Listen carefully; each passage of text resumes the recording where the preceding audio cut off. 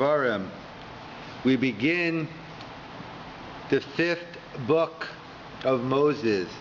Technically speaking, the seventh book. As the Gemara tells us on Shabbos, when we had the Nun Hafuchen, the inverted nuns, I think it was in Parashat Bahaloscha, so really there are three Sifrei Torah in Bamidbar. You have the whole parasha before Vayehi b'Tzoh Aaron, you have Vayehi b'Tzoh Aaron, and then you have the parasha afterwards. So the three in Bamidbar, so technically speaking, the Gemara tells us there are 7 books, but we'll just go with the classical 5, even though it's really a misnomer and there are really 7. So Devarim, Deuteronomy, is the 5th book of Moses. And we all know that Chazal, our rabbis, gave us different names for each of the books. So even though we call it Bereshis, Genesis, nevertheless, Chazal, our rabbis, call it Sefer HaYashar. It's the book of the righteous, the straight. Learn how to be a mensch. Follow Abraham, Isaac, and Jacob around. Or Sefer HaYetzirah, the book of creation. For obvious reasons, it was the creation of the world and the creation of the Jewish people. And Sefer Shmos, the book of Exodus, is known as the book of Golus v'Geula, the book of exile and redemption, and for obvious reasons. We talk about the Golus Mitzrayim, the Exodus in Egypt, and then the going out of Egypt and the receiving of Torah and Har Sinai. And then we have Vayikra, Leviticus, Torah's Kohanim, the laws of the Kohanim about the priest. We just concluded the book of Bamidbar, the book of Numbers, the census.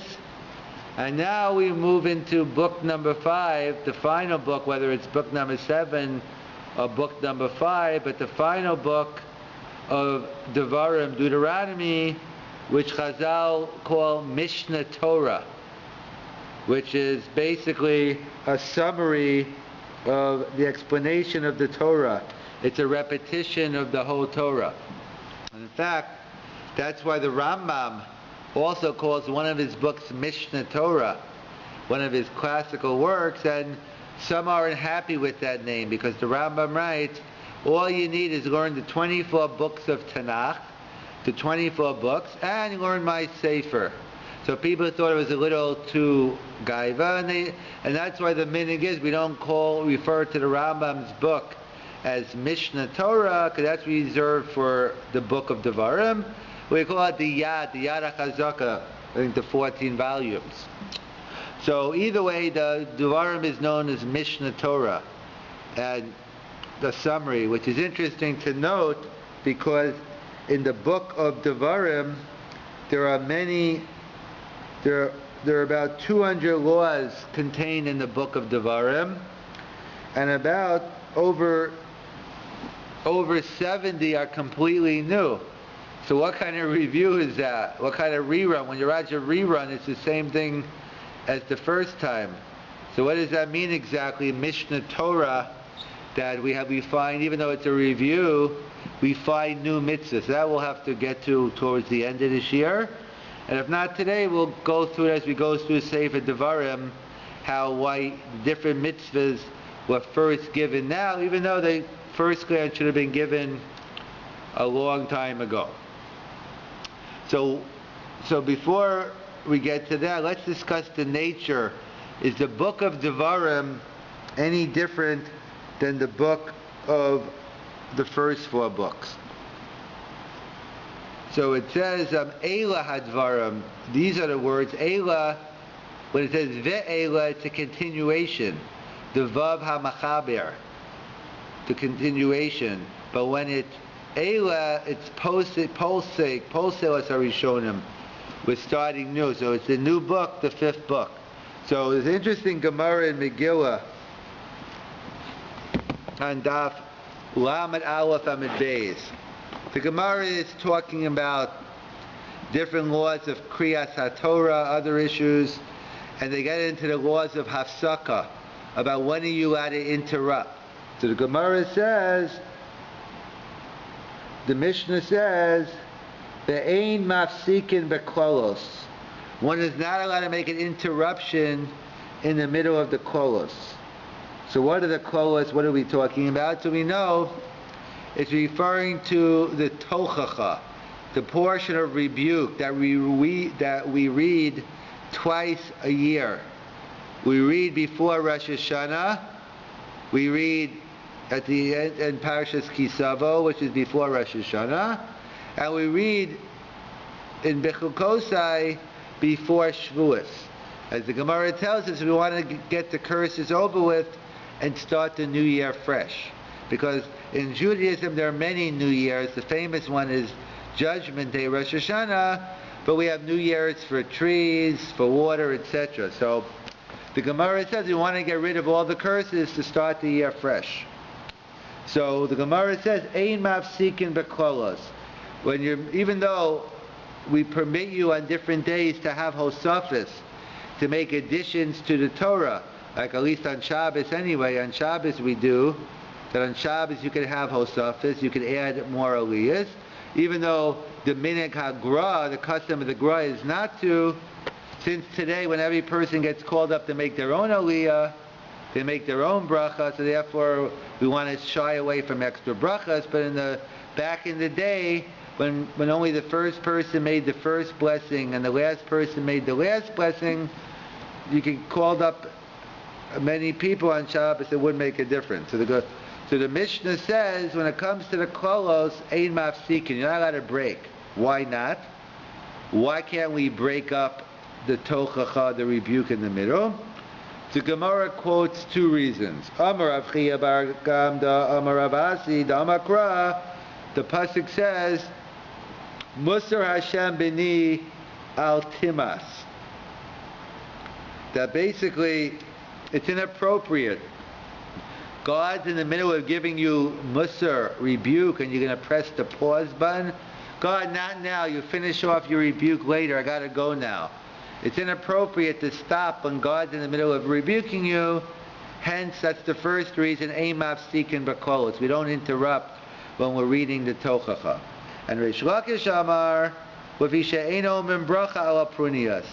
Because we don't want to recite a blessing, a bracha over punishment, over bad things. And therefore, if we would stop in the middle of the Tochacha, we'd have to make a new bracha. And therefore, we don't want to add brachas to a bad, up to a punishment. And in fact, that's why the custom is you give the Baal Koreh usually gets that aliyah, because you don't want to call up someone. It looks like, look, we're calling you up to do the Tochacha. So therefore, the general minhag is you give the Baal Koreh to do it. So that's what the Gemara gives two reasons why we don't break up the Tochacha. Either it's inappropriate, God's giving you musar, God's giving rebuke, and you're going to cut him off.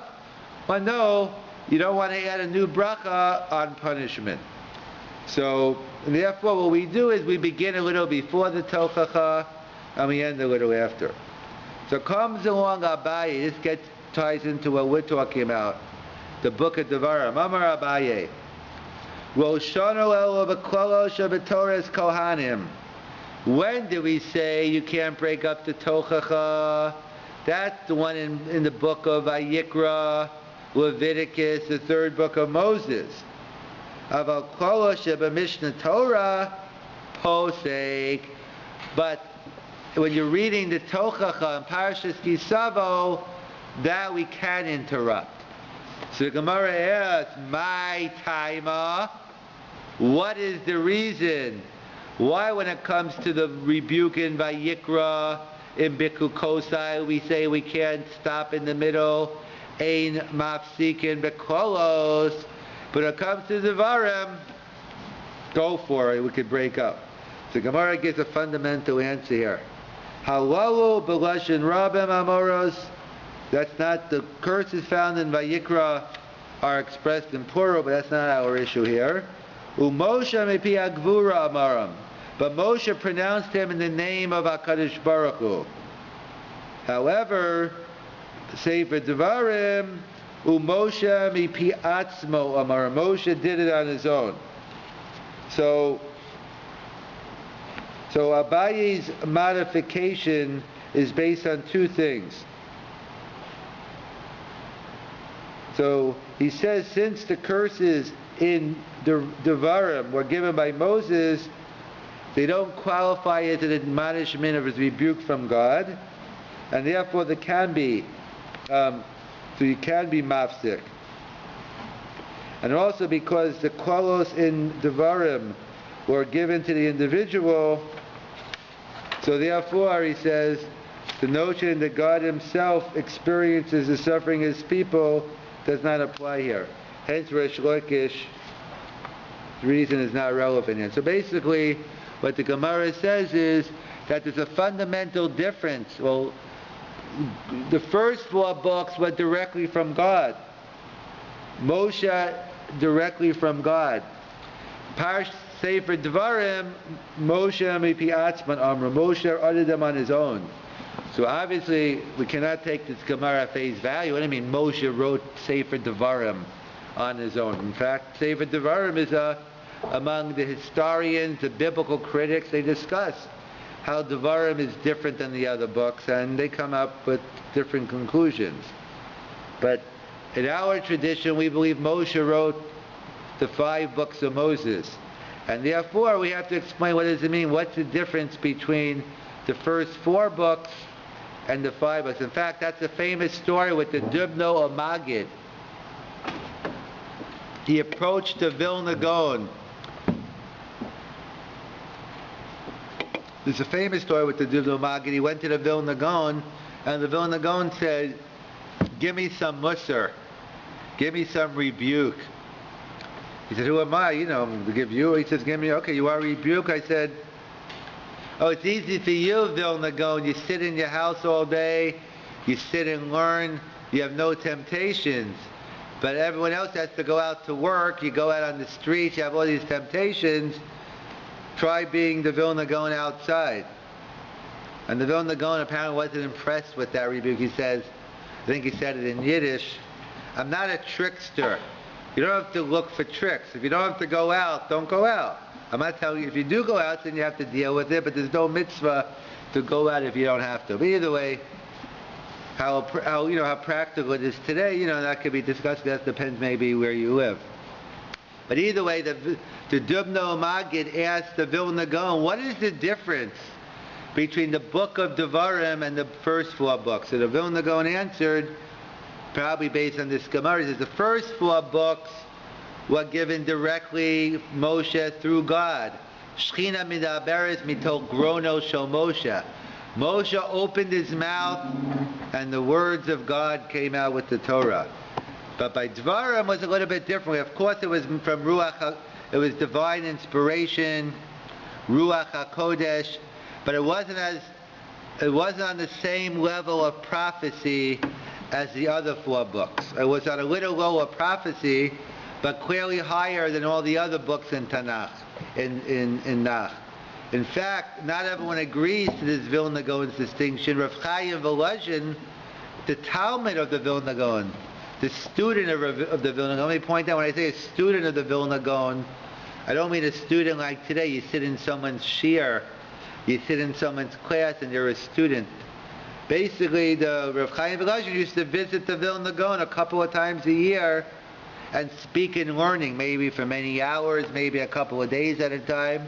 And he was known as a Talmud of the Vilna Gaon. But I think he writes in the Nefesh HaChaim elsewhere that he says it's the opposite. He thinks Devarim is on a higher level. That's when Moshe Rabbeinu reached his apex, his highest level of prophecy.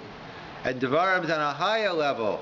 As we'll see, we'll get into Devarim. Really, Devarim is kind of like, as Rav Selevan coined it, it's the Torah Shabal Peh, the Torah Shabiksav. It's the oral law of the written law. We'll have to get into it probably more next time. But the Vilna Gaon echoes this distinction made in the Gemara in Megillah, that whatever the Gemara means, but there's clearly a distinction between the first 4 books and the 5th book. The first 4 were given on a higher level of prophecy, Mipi Agvura, and Moshe opened his mouth and the divine presence came out.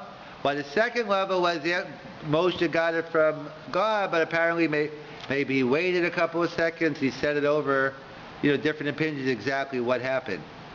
And also different opinions we'll get into also the level of Moshe Rabbeinu's prophecy.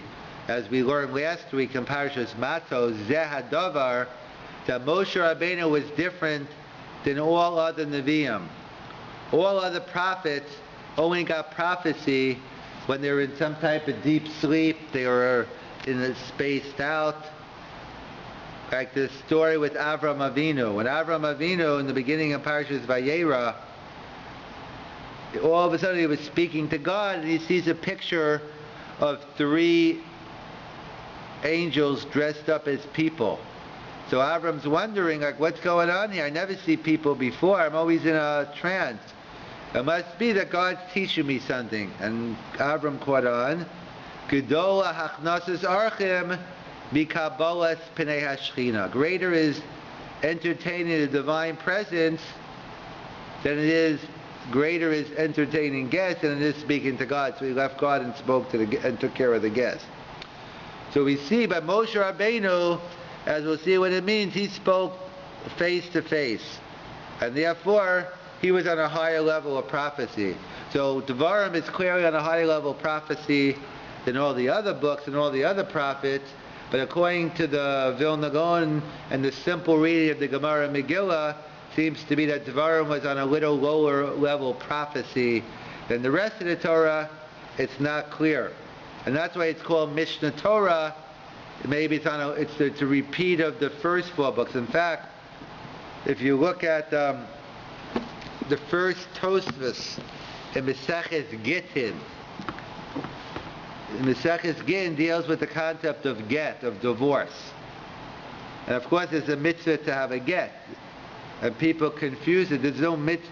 The mitzvah of a get, of a divorce, isn't like other mitzvahs. A mitzvah of matzah is a mitzvah chiyuvish. You have to eat matzah on Pesach. You have to put on tefillin. A get isn't a mitzvah chiyuvish. Is if you're going to get a divorce, then this is the way you have to do it. There's a famous joke developed over about divorce, that a person went to a beis din. He took his wife, and he went to the beis din and says, I want to get. So they write out the whole papers there, and he gives his wife a get.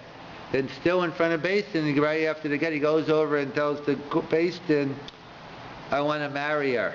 So they say, what do you mean marry? You just divorced her. So he says, for a second wife, she's okay.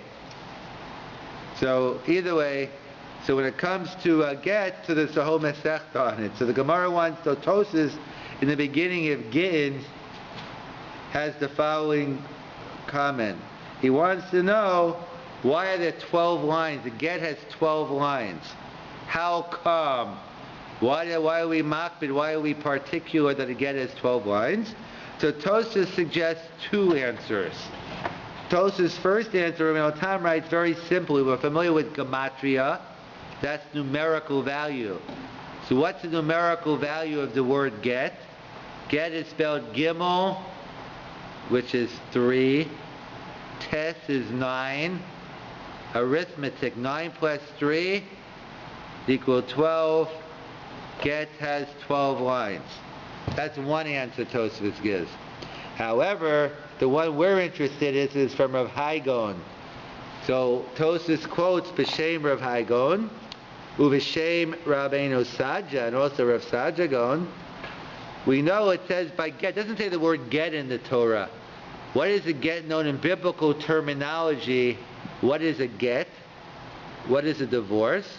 So Tosfos tells us tiksiv, because it says in the Torah, Sefer Krisos, the book of cutting off. Kares is cut off. The book of cutting off, you're severing your relationship with your wife. She is no longer your wife. So it's called Sefer Krisos. It's called Sefer Krisos. Kirshir Yudbei Shitin. So we know it's called Sefer. Where else do we have Sefer? In the Ark, Sefer Torah. So the Golden wanted to compare the Sefer Krisos of a get to a Sefer Torah. What's 12 lines have to do with the Sefer Torah? So the Gaonim point out something very interesting. The 12 lines, Hamafsikin ben Arba Chamish Chumshei Sefer Torah. If you open up a Sefer Torah, I'm not saying you should.